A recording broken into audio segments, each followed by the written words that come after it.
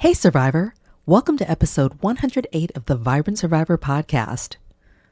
This episode is all about 3 traumatic truths I wish I'd known as a narcissistic abuse survivor.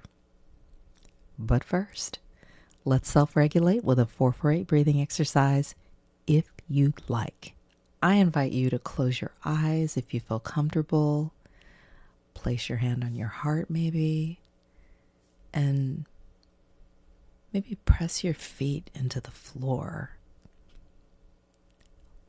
We'll inhale for 4, hold for 4, and exhale for 8. Ready? Inhale, 2, 3, 4.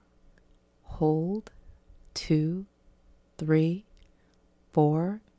Exhale, 2, 3, 4, 5, 6, 7, 8. What sensations do you notice?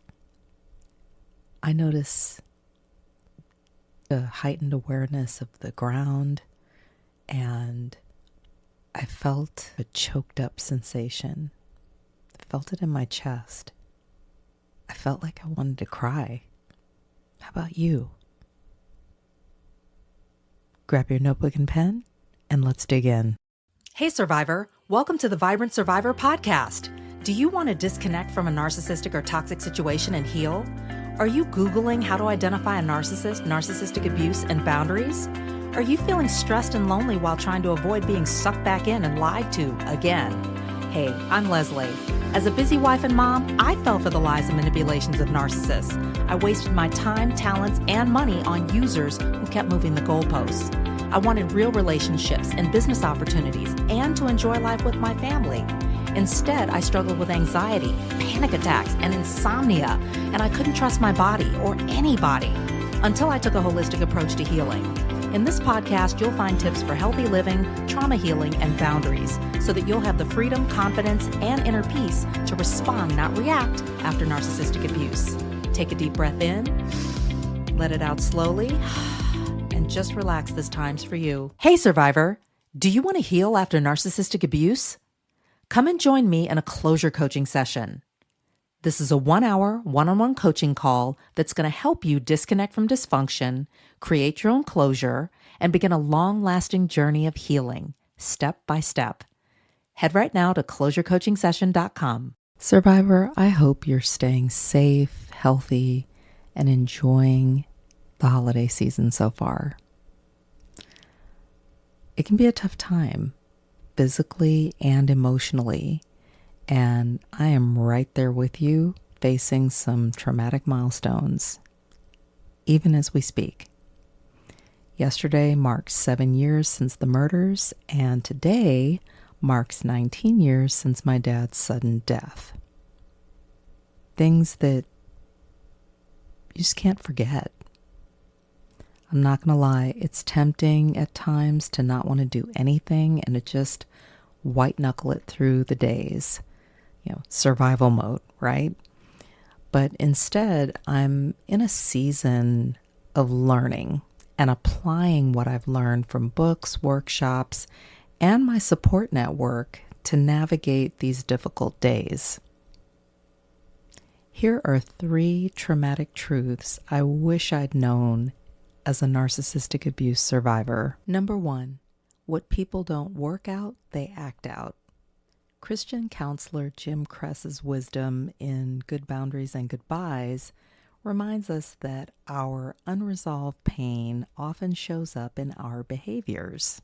And narcissistic and toxic individuals may even project their internal conflicts onto other people, which can create cycles of hurt.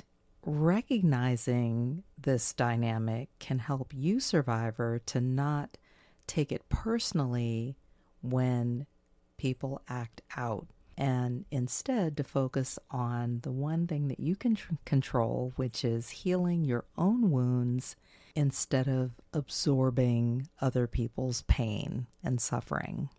This was so simple, but it's such a great reminder because it's easy to point the finger and to internalize the pain that someone else has inflicted upon you out of their own hurt.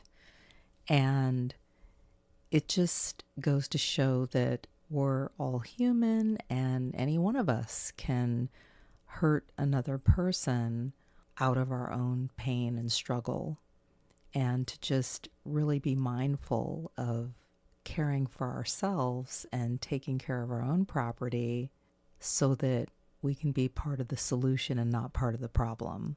This helped me especially in terms of reflecting on my own upbringing and the fact that my dad just refused to go to therapy, didn't want us to go to therapy as a family, and the downside of not dealing with your inner pain, shame, traumatic experiences.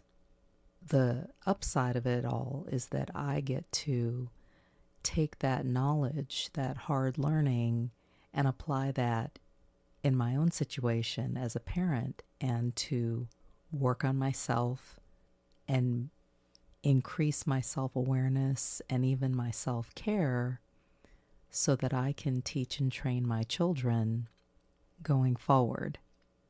And they can have a different experience relationally in their upbringing, but also as they navigate the world.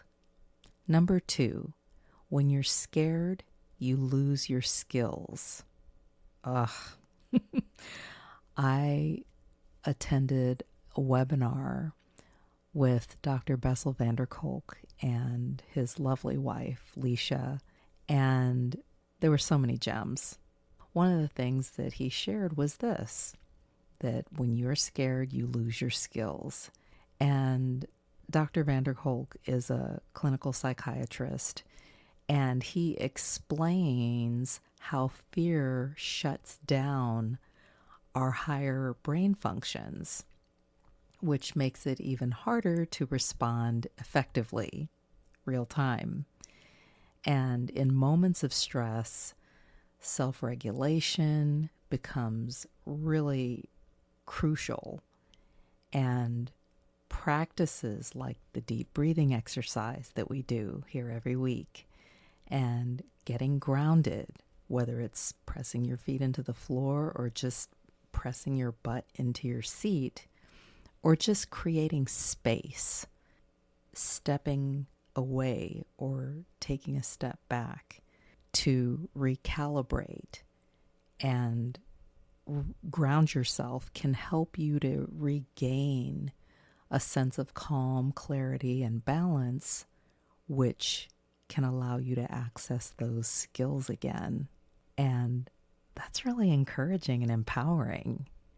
I can see the little child in me that grew up fearful, walking on eggshells, or just even in adult relationships, walking on eggshells and losing language, the ability to think clearly, to make a decision, to articulate what I was feeling, what I was experiencing.